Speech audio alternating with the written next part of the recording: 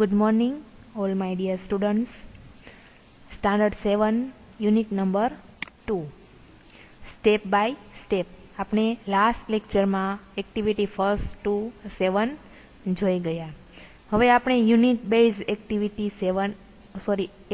Number 8 જોવાના છીએ. Activity 8 શું કહે છે જોઈએ આપણે. યુનિટ વાઇઝ એક્ટિવિટી છે. એક યુનિટ તરીકે લાંબી એક્ટિવિટી આવે એ એક્ટિવિટી 8 મેગા રાઇડ કે લાંબો પ્રવાસ અથવા તો કે લાંબી સફર મેગા રાઇડ. તમને લોકોને આ શબ્દ મેગા શબ્દ સાંભળીને તમને નવાઈ લાગે કે મેગા એટલે લાંબુ થોડી ના થાય. તો પણ અહીંયા શું કહેવા માંગે છે, આ મેગા એક ટ્રેનનું નામ છે કે એક મેગા રાઇડ કે લાંબી સફર અથવા તો કે લાંબો પ્રવાસ.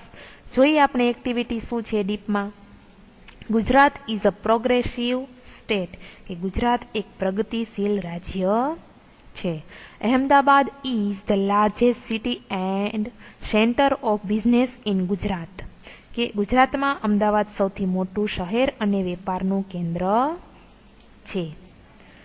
Gandhinagar is the capital of Gujarat.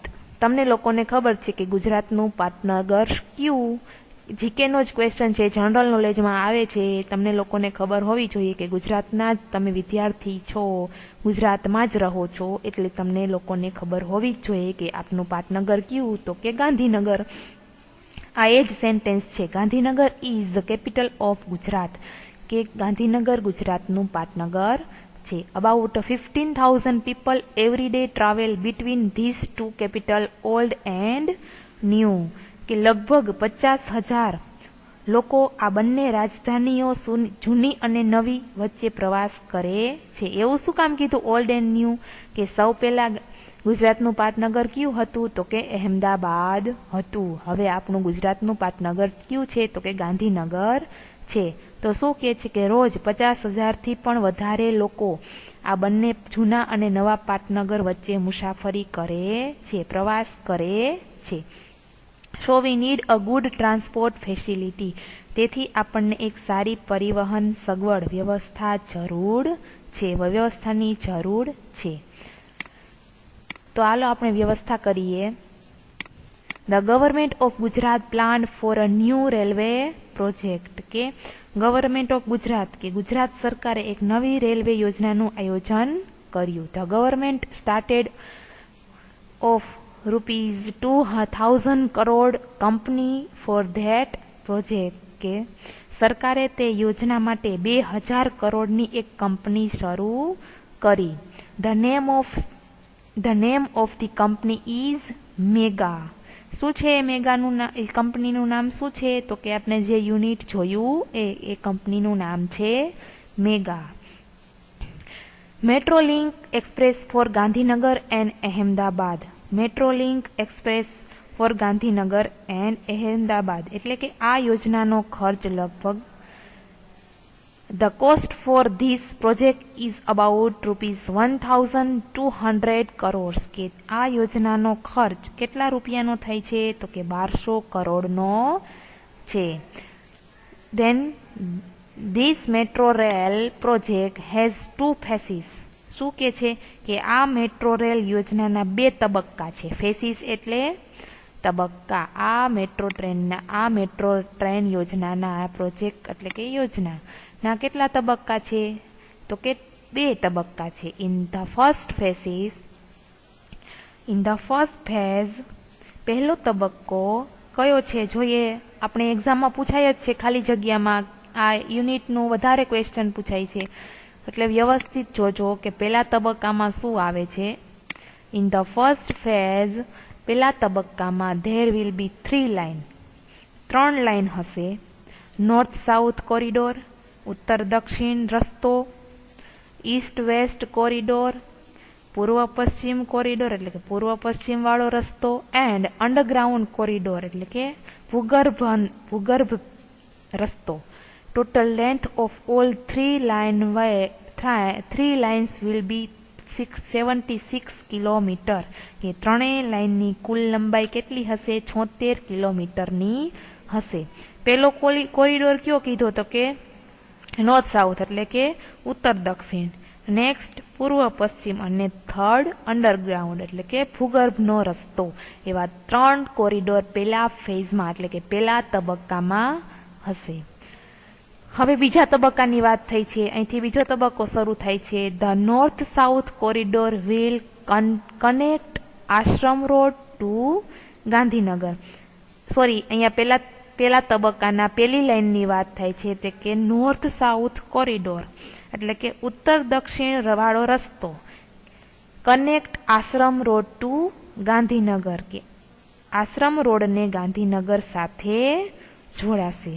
The corridor will be 32.65 metres long કે આ રસ્તો આ કોરિડોર 32.65 કિલોમીટર લાંબો હશે. It will start from APMC Vasana on national highway 8A. અહીંયા હાઈવેનું નામ છે, એવા સ્થળનું વેન્યુ એડ્રેસ હોય એનું નામ છે. જોઈએ તે નેશનલ હાઈવે 8A પર આવેલ વસાણામાં એપીએમસીથી શરૂ થશે. It will pass through Vasana, Paldi, VS hospital and town hall કે તે વસાણા, પાલડી, વીએસ હોસ્પિટલ અને ટાઉન હોલથી પસાર થશે. This line will cross the east-west corridor at Income Tax Junction. આ જો next line, This line will cross the east-west corridor at Income Tax Junction કે આ લાઇન ઇન્કમ ટેક્સ જંકશન પર પૂર્વ પશ્ચિમ કોરિડોરને મળશે. જંકશનનો મિનિંગ તમને લોકોને ખબર છે કે રેલ નીકળતી હોય ત્યાં રોડ પણ હોય. જ્યારે રેલ આવવાનો સમય થાય, ટ્રેનનો આવવાનો સમય થાય ત્યારે પેલા 2 ગેટ બંધ કરી દે એને શું કહેવાય? Junction. It will turn to little left near Koba circle and will run toward Gandhinagar કે કોબા સર્કલથી થોડી ડાબી તરફ વળી તે ગાંધીનગર તરફ જશે. There are 2 more junction on this line. આ લાઇન પર બીજા 2 જંકશન છે, ઇન્ફોસિટી એન્ડ GIFT સિટી કે ઇન્ફોસિટી અને GIFT city. There will be 31 station on this corridor કે આ કોરિડોર પર 31 સ્ટેશન છે. એટલી લાંબી આ પેલી લાઇન છે. આ મેગા ટ્રેનની પેલી આખી પ્રોજેક્ટ બતાવે છે. આ આખું યુનિટ એક પ્રોજેક્ટ બેઝ છે કે આખો પ્રોજેક્ટ આવો હશે. ગુજરાત સરકારે બનાવેલો આખો પ્રોજેક્ટ આવો હશે. નાવ હવે શું થાય છે? નાવ let us go on the east west corridor કે અહીંયા સુધીના આપણે કયા પેલા કોરિડોરની વાત કરી? અહીંથી લઈને અહીંયા સુધીનો પેલો કોરિડોર હતો. હવે નેક્સ્ટ કોરિડોર કયો આવ્યો? તો કે ઈસ્ટ વેસ્ટ એટલે પૂર્વ પશ્ચિમ વાળો રસ્તો કે પૂર્વ પશ્ચિમ વાળા રસ્તે કઈ કઈ ફેસિલિટી અવેલેબલ હશે જોઈએ.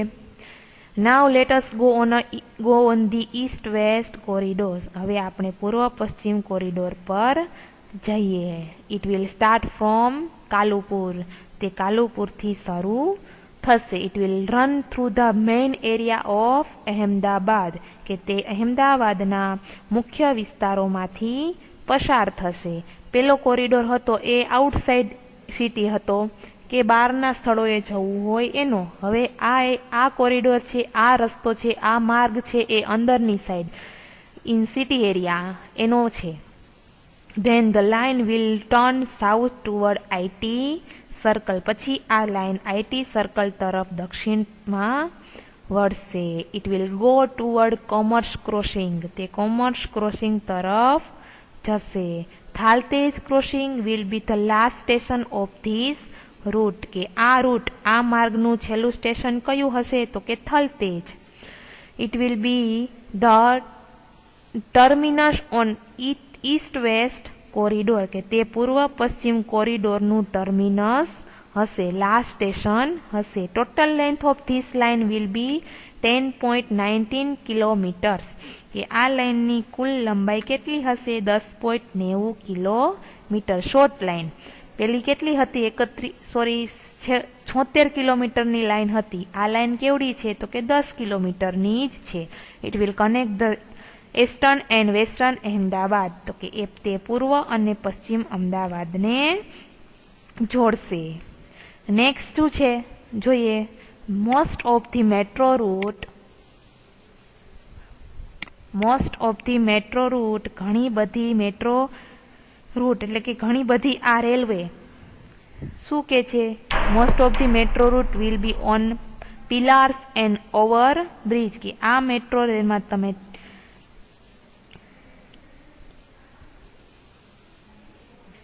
Most of the metro route will be on pillars and over bridge. કે મોટા ભાગનો મેટ્રો રૂટ થાંભલા અને ઓવર બ્રિજ પર હશે. This will be called elevated route. કે તેને ઊંચો માર્ગ કહેવામાં આવે છે. એલિવેટેડ એટલે કે ઊંચો માર્ગ. The travellers will enjoy the beautiful scene in the town. કે મુસાફરો શહેરોના સુંદર દ્રશ્યોનો આનંદ માણશે. It will be a lovely view to see metro train running on elevated tracks. કે ઊંચા પાટા પર દોડતી મેટ્રો ગાડીઓ જોવી એ તે એક સુંદર દ્રશ્ય હશે. આવો આ રૂટ કહે છે. નેક્સ્ટ જો અહીંયા મેગારાઇટનું આખો પ્રોજેક્ટ આપી દીધેલો છે કે મેટ્રો રૂટ ક્યાંથી ક્યાં સ્થળેથી ક્યાં સ્થળે જશે, ક્યાંથી ક્યાં પસાર થશે. અહીંયા જો આપેલું છે. નેક્સ્ટ આપણે જોઈએ. You will be able to travel without ticket in this metro rail. કે આ મેટ્રો ટ્રેનની એક ખાસિયત છે. જો શું ખાસિયત છે? તો કે you will be able to travel without ticket in this metro rail. કે આ મેટ્રો રેલમાં તમે ટિકિટ વિના પ્રવાસ કરી શકશો. You can use smart card facility. કે તમે તમારા સ્માર્ટ કાર્ડ વાપરી શકશો. ઘણી જગ્યાએ હવે તો અવેલેબલ બની ગયું છે કે મની પે કરવાના થતા નથી. પોતાનું કાર્ડ આપી દો એટલે કે કાર્ડ પ્રેસ કરે એટલે તેનું સ્કેન કરે એટલે તમારા મની ઓટોમેટિકલી એટીએમમાંથી કપાઈ જાય. એવી આ મેટ્રો ટ્રેનની ફેસિલિટી છે. You can enter a station with your smart card. કે તમે સ્માર્ટ કાર્ડનો ઉપયોગ કરી સ્ટેશનમાં પ્રવેશી શકો. You swipe the smart card at your exit station. કે તમારે બહાર નીકળવું હોય તો પણ તમારે તમારું કાર્ડને સ્વાઇપ કરવું પડશે. The system will automatically count the travel charges. કે વ્યવસ્થા તેની મેળે પ્રવાસનું ભાડું ગણશે.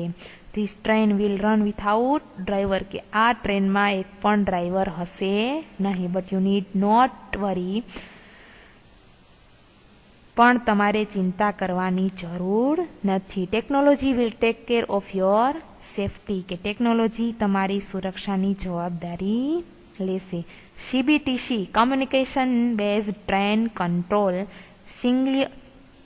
Signalling technology will make your travel safe. કે સિગ્નલ ટેકનોલોજી તમારો પ્રવાસ સુરક્ષિત કરશે. All the metro cars will be air condition. બધી જ કાર કેવી હશે? તો કે એસી વાળી. એર કન્ડિશનિંગ હશે. કે એમાં એસી હશે. The train will travel at the maximum speed of 110 kilometre per hour. કે 1 કલાકમાં આ બધી જ મેટ્રો ટ્રેન ઓછામાં ઓછો 110 કિલોમીટરનું અંતર કાપી શકે છે. Ready for this ride? શું તમે તૈયાર છો પ્રવાસ માટે? ચલો જઈએ આપણે મેટ્રો ટ્રેનની મુલાકાતે. અહીંયા આપણું યુનિટ પૂરું થાય છે. એક્ટિવિટી 8 કમ્પ્લીટ થઈ છે. આ એના સેન્ટેન્સ છે. નેક્સ્ટ એના ક્વેશ્ચન આન્સર છે જે હું તમને PDF ફાઇલ મોકલીશ. એમાંથી જ લખવાના રહેશે.